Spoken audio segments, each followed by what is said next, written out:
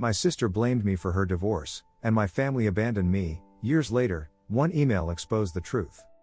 Growing up, my sister and I were inseparable. Even though we were only 2 years apart, we were very different. She had a personality that lit up any room she walked into. People were drawn to her effortlessly. She was beautiful, confident, and always seemed to know exactly what to say. I, on the other hand, was more reserved, shy even. I didn't crave the spotlight like she did. I was happy being in the background, content with a good book and a quiet afternoon. But despite our differences, I loved my sister. I admired her. She was my hero.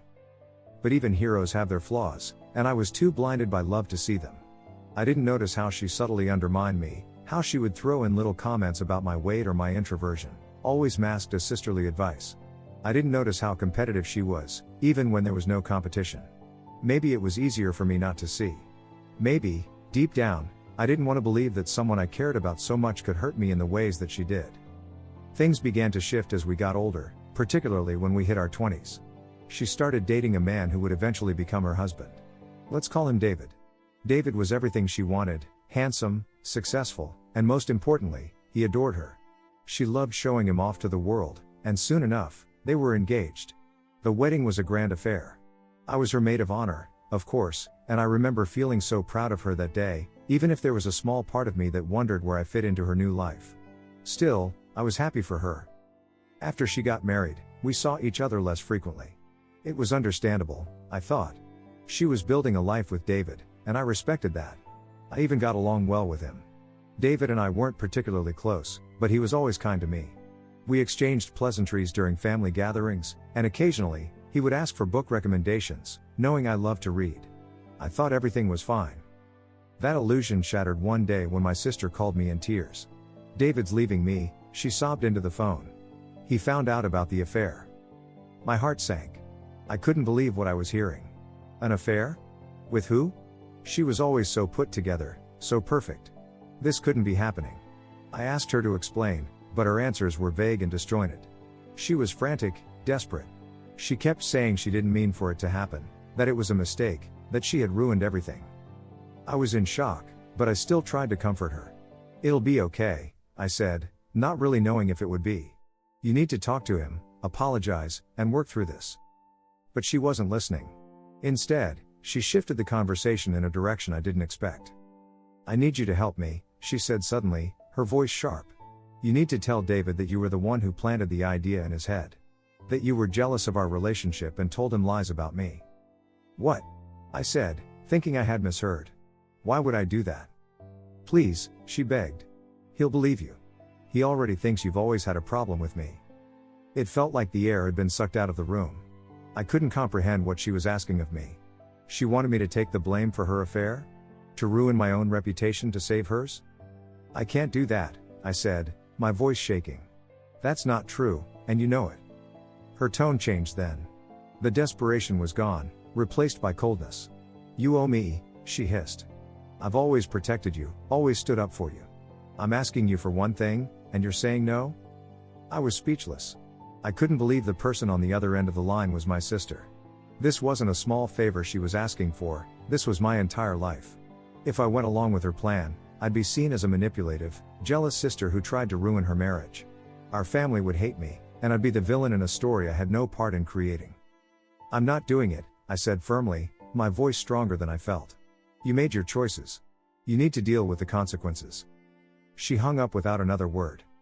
I thought that was the end of it, that she would eventually calm down and realize what she had asked of me was insane. But I was wrong. So very wrong. A few days later, I got a call from David. He was furious. He demanded to know why I had interfered in their marriage, why I had told him lies about my sister. I tried to explain that I had done no such thing, but he wasn't listening. He kept repeating everything my sister had told him, that I had always been jealous of their relationship, that I had never liked him, and that I had deliberately tried to sabotage their marriage because I couldn't stand to see my sister happy. The weight of the lies crushed me. I couldn't believe she had gone through with it, that she had actually pinned everything on me. I tried to call her, but she wouldn't pick up. I reached out to my parents, hoping they would hear me out, but they were already on her side. "You've always been envious of her," my mother said coldly. "It's sad that you would stoop so low." My father was no better. "She's your sister. You're supposed to support her, not tear her down. I was in disbelief. My own family believed her lies without even giving me a chance to defend myself. I had been abandoned, cast out as the villain in a story I didn't write. For the next few years, I lived in a fog of isolation. Holidays were the hardest. I wasn't invited to family gatherings anymore, and every time I tried to reach out, I was met with silence. My parents refused to speak to me, and my sister? She acted like I didn't exist. The people who were supposed to love and support me had turned their backs on me because of a lie. I went to therapy to cope with the betrayal, but the pain never fully went away. I felt like a part of me had died the day my sister told that lie. I had lost my family, my sense of belonging, and for what? So she could save face? Years passed, and I eventually built a life for myself away from the wreckage. I had a good job, a small group of close friends, and while the hurt from my family's abandonment lingered, I learned to live with it. I had no intention of ever reaching out to them again. I had accepted that my relationship with my family was over. Then, one day, out of the blue, I received an email. The subject line read, "I need to tell you the truth." Curious, I opened it. The email was from a man I didn't recognize, but as I read through the message, my heart began to race. He explained that he had been involved with my sister during her marriage to David, and that he had recently found out about their divorce. He went on to say that he had always felt guilty about the way things had ended, but my sister had assured him that it was all under control, that she had found a way to make everything okay. But now, years later, he realized that what she had done was wrong. He had no idea that she had blamed me for the affair, and the guilt had been eating away at him. He said he needed to clear his conscience, so he was coming forward with the truth. Attached to the email were a series of messages between him and my sister, discussing their affair and how she planned to shift the blame onto me if David ever found out. The emails were shocking in their detail. My sister had orchestrated the entire thing, crafting a story where I was the jealous, meddling sister who couldn't stand to see her happy. I sat there, staring at my computer screen, my hands shaking. After all these years, I finally had proof.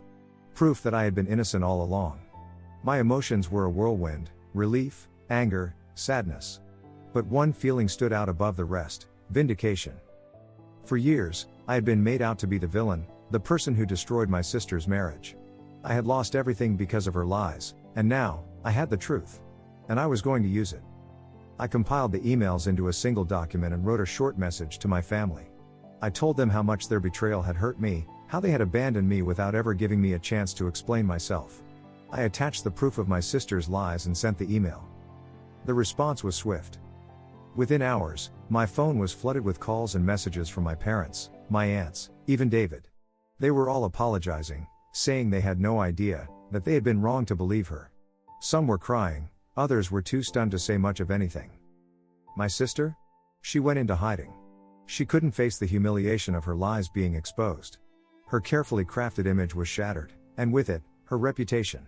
She lost her job, her friends, and the support of the family who had once blindly believed her. But by then, it was too late for reconciliation. The damage had been done. For years, I had suffered because of her lies, and I couldn't just forget that. The scars she left ran too deep, and no amount of apologies from my family could undo the pain they had caused. When my mother called, her voice trembling with guilt, I didn't know how to respond. She begged for forgiveness, told me how sorry she was for not believing me, but all I could feel was numbness. How could you? I asked her. How could you not even ask for my side of the story? You were my mother. You were supposed to protect me, not cast me aside. She broke down in sobs, but I remained silent. In that moment, I realized that I didn't owe anyone anything, not my mother, not my father, and certainly not my sister. I had spent years waiting for their approval, hoping they would come to their senses and see the truth. But now, I had the truth, and I had my own life. I no longer needed their validation. When my father called, he was more stoic, but I could hear the regret in his voice. He offered to meet in person, to have a long overdue conversation. I turned him down.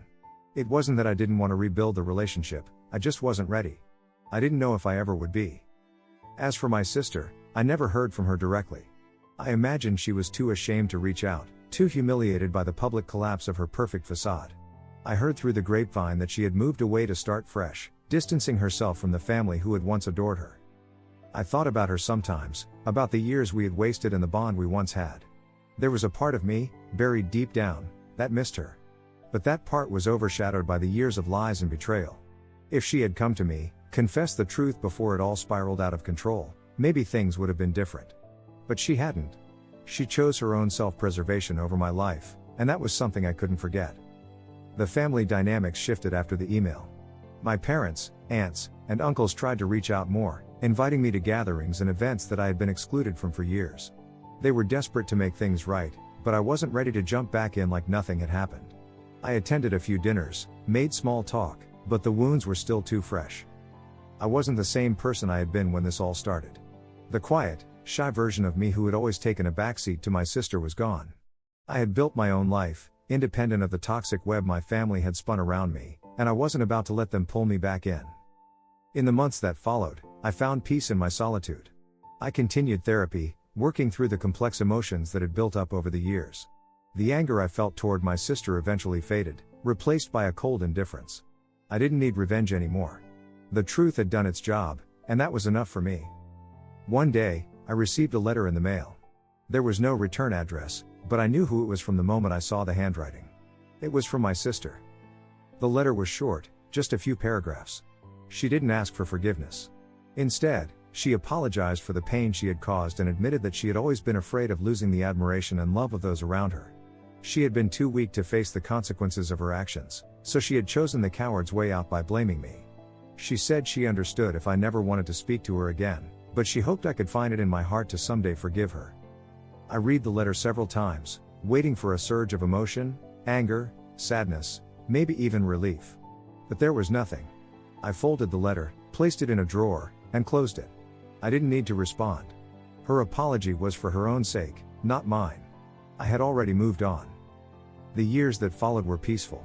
My family never fully regained my trust, but I allowed them back into my life in small doses. I set boundaries and learned to prioritize my own mental health and happiness. And while they continued to struggle with the fallout of my sister's lies, I had finally found the closure I needed. The truth, as they say, always comes to light. And when it did, it destroyed everything my sister had built. But it also freed me. In the end, I realized that the life I had built in the shadows of her lies was far stronger than the one she had constructed on a foundation of deception. I didn't need revenge. The truth was enough. And that was all I ever needed. Thanks for watching, guys. If you enjoyed these Reddit stories, don't forget to like, subscribe, and hit that bell so you never miss an update. See you in the next one.